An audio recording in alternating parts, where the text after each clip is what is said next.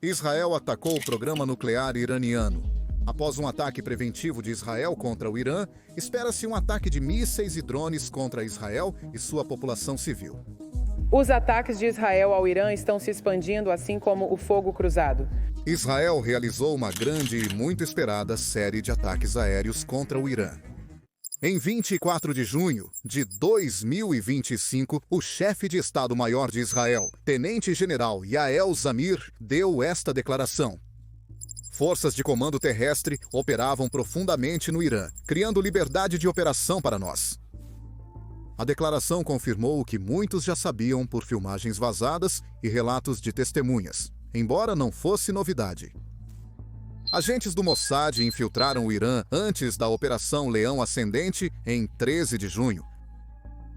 Conseguimos controle total sobre o espaço aéreo iraniano e em todos os locais que escolhemos para operar, disse Zamir. Isso foi possível em parte devido à integração e engano realizados pelas forças de comando aéreo e terrestre.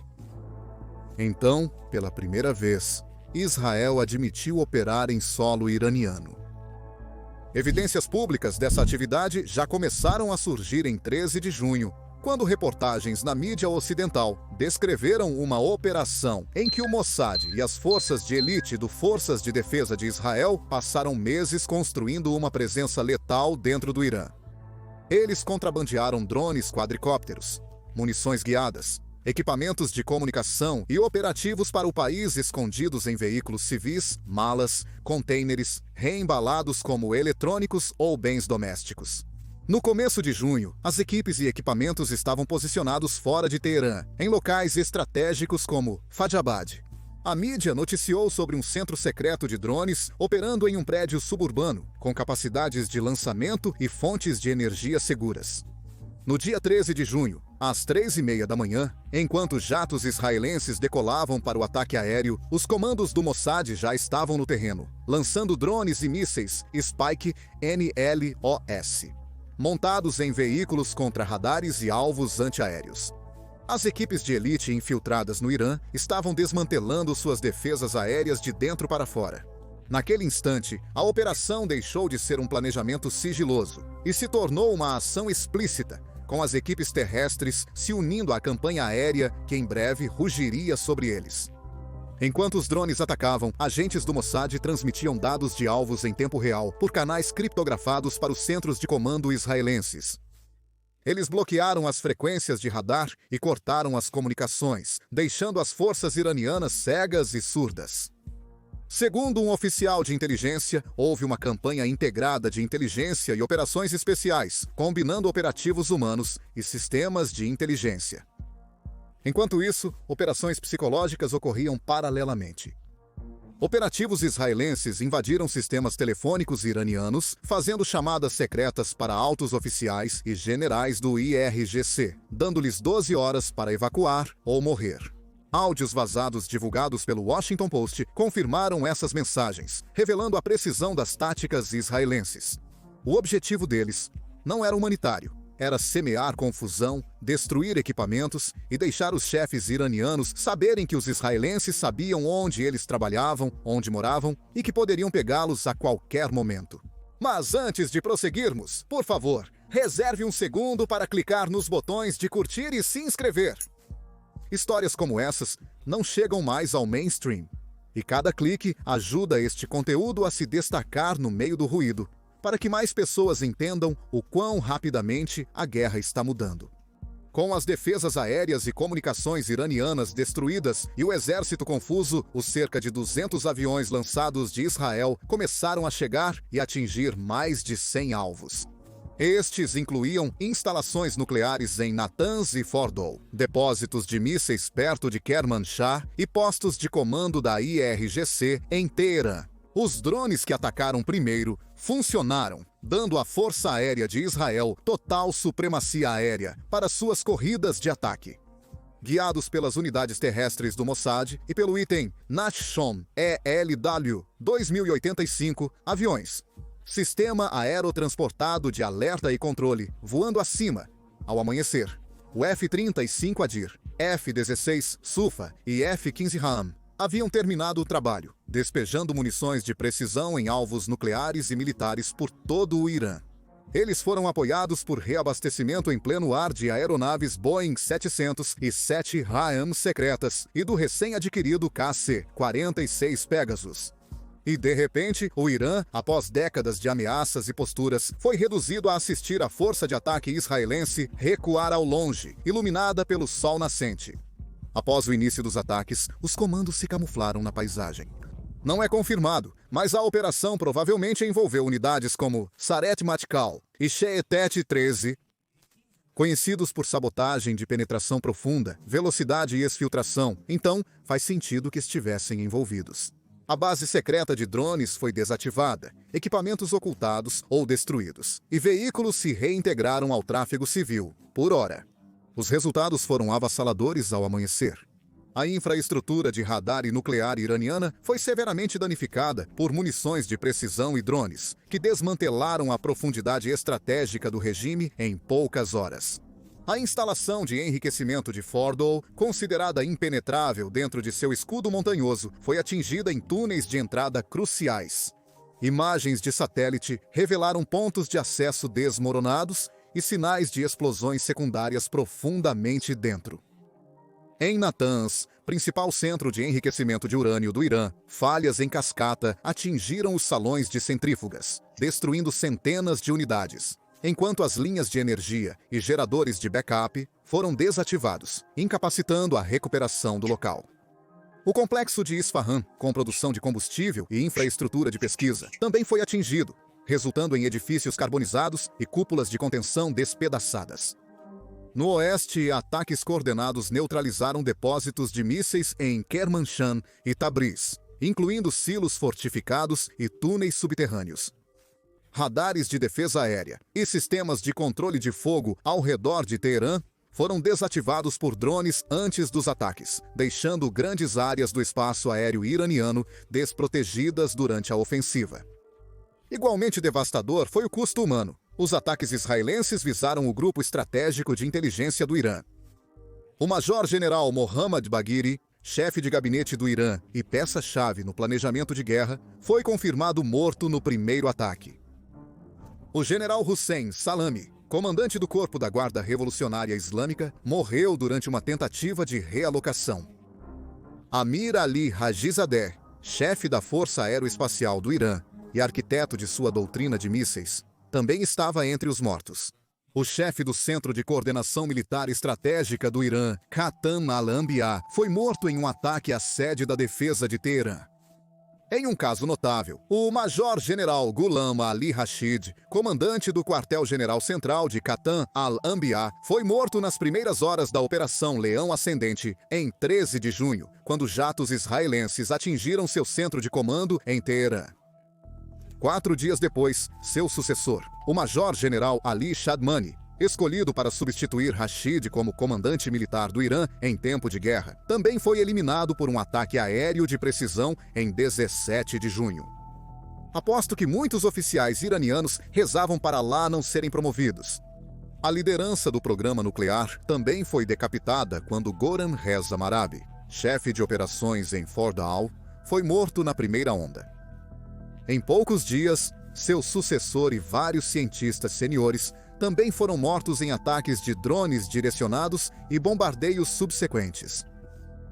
A resposta militar do Irã à Operação Leão Ascendente foi de grande volume, mas sem precisão.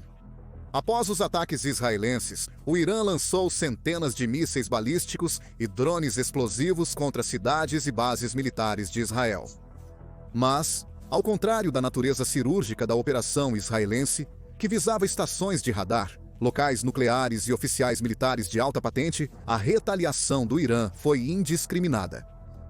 Barragens selvagens acionaram sirenes de ataque aéreo em Tel Aviv, Haifa e Be'er Sheva, enquanto drones e mísseis eram abatidos do céu pelos sistemas Iron Dome e David's Sling. A defesa aérea tem taxa de interceptação superior a 90%, mas alguns mísseis ainda conseguiram passar. O impacto mais danoso ocorreu no Centro Médico Soroka, em Be'er Sheva, ferindo dezenas. Em Tel Aviv, um míssil atingiu perto da Kíria, a sede militar de Israel. Embora não tenha penetrado, ele abalou o solo do Comando Nacional. Drones e mísseis iranianos também atingiram o Instituto Weizmann de Ciência, em Rehovot, e o Parque Tecnológico Gavian, em Be'er Sheva. No norte, um drone atingiu um prédio civil de 2 andares. Um dos raros casos em que as forças de defesa de Israel confirmaram um ataque direto de drone. Em Ramat Gan, Rolan e Tamra, bairros residenciais sofreram danos, com janelas estilhaçadas e ferimentos leves. O ataque perto de Haifa foi alarmante, danificando parte da refinaria de petróleo Bazan e uma estação de energia local, causando incêndios e apagões. Apesar da maioria das ameaças interceptadas, os poucos acertos bem-sucedidos mostram como uma estratégia de saturação desafia até o segundo escudo de mísseis mais avançado do mundo, e como o objetivo do Irã era psicológico e tático. Após os ataques israelenses, o regime iraniano iniciou uma intensa repressão interna.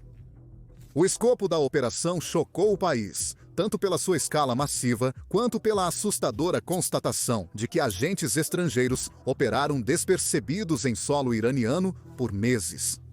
O líder supremo e seu círculo íntimo responderam com fúria, determinados a erradicar qualquer um que possa ter colaborado com os invasores israelenses, seja consciente ou mesmo inconscientemente.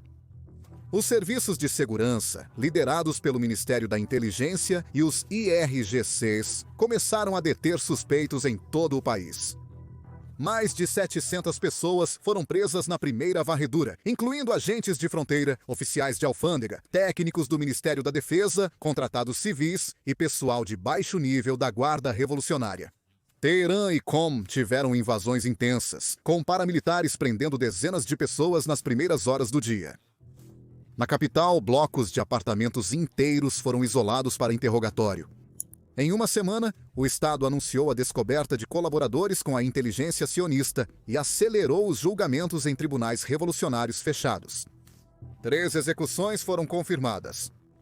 Confissões televisionadas foram exibidas no Irã sob claro estresse. A mídia estatal alertou que traição em tempos de guerra é punida com a morte. Enquanto isso, o regime reorganizou dezenas de importantes oficiais de defesa e inteligência. Chefes de institutos de pesquisa militar foram aposentados ou realocados, e uma purga de segurança ocorreu nas províncias ocidentais do Irã, onde supostamente o Mossad teve maior presença. A resposta do Irã foi severa, porém calculada. A purga foi mais um ato de dissuasão do que retribuição. A mensagem era clara: que a traição seria recompensada com a morte, e o Estado estava observando. Se isso restaurou a fé no controle do regime ou aprofundou os medos públicos, permanece uma questão em aberto. Mas, após a violação de soberania mais devastadora desde a guerra Irã-Iraque, Teherã precisa mostrar que ainda está no comando. A doutrina militar de Israel sempre foi moldada pela geografia, a proximidade das ameaças e a constante pressão da hostilidade regional. Mas, em poucas décadas, a maneira como usa a força passou por uma transformação impressionante. Desde o ataque aéreo de força bruta da Operação Opera, em 1981, até a elegante sabotagem digital do Stuxnet, em 2010. E, finalmente, para a guerra híbrida cirúrgica da Operação Leão Ascendente, em 2025. Israel reescreveu o manual para a guerra moderna. Começou com jatos sobre Bagdá. Em 7 de junho de 1981, os F-16 israelenses escoltados por F-15S rugiram pelo espaço aéreo inimigo e demoliram o reator nuclear Osirak do Iraque. Foi um ataque convencional, alto, extremamente arriscado e nada sutil. Mas enviou uma mensagem clara de que Israel nunca permitiria que um adversário local possuísse armas nucleares. A comunidade internacional condenou o ataque na época, mas a história eventualmente o justificaria. Osirak estava a semanas de ativação e, apesar de ser uma missão audaciosa, revelou as limitações da força tradicional. Bombardeios de longo alcance não permitiam interpretação ou negação. Stuxnet, por sua vez, era discreto. Sem explosões, sem aviões ou soldados, apenas codificação. O Stuxnet, desenvolvido com os Estados Unidos da América, foi implantado por volta de 2007 e descoberto em 2010.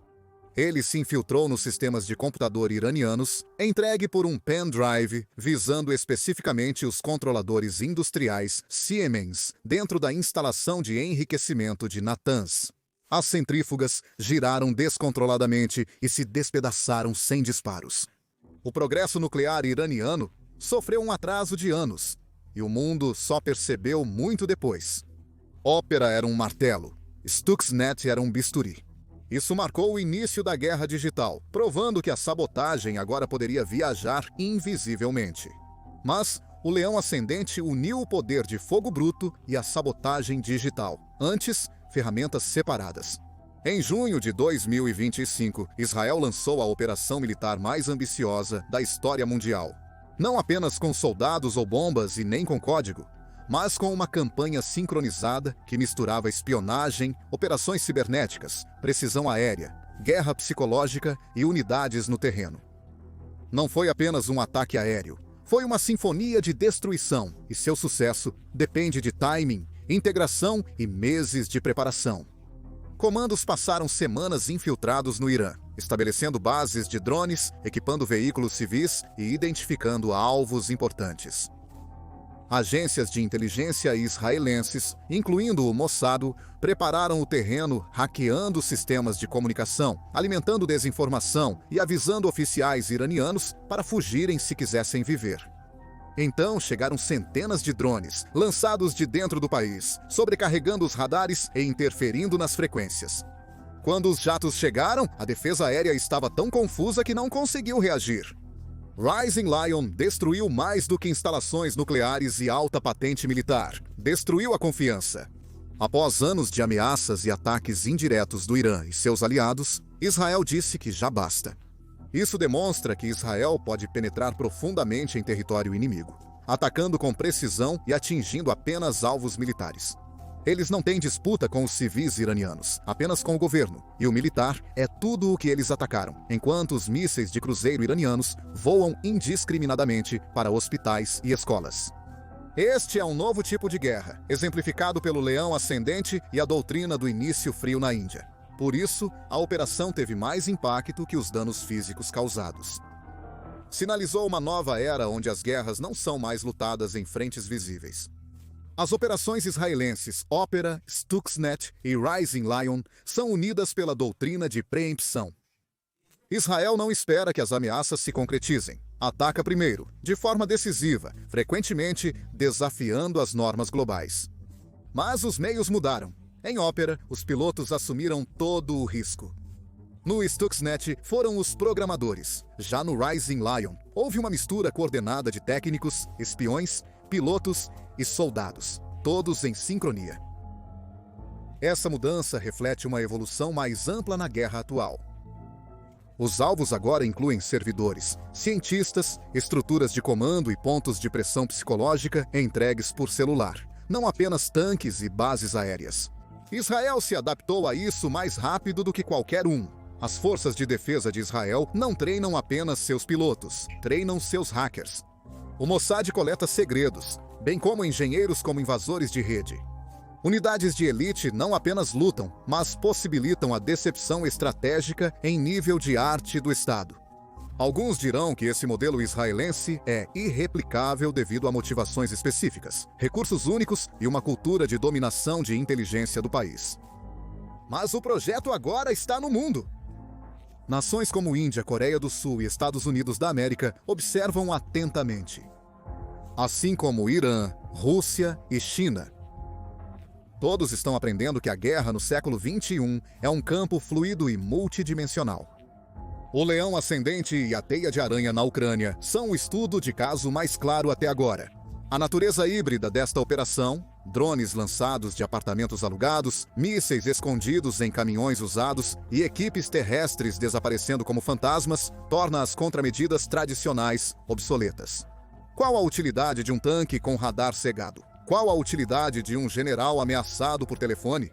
A rede de comando dele foi hackeada e seu esconderijo está em chamas. Esse é o mundo agora.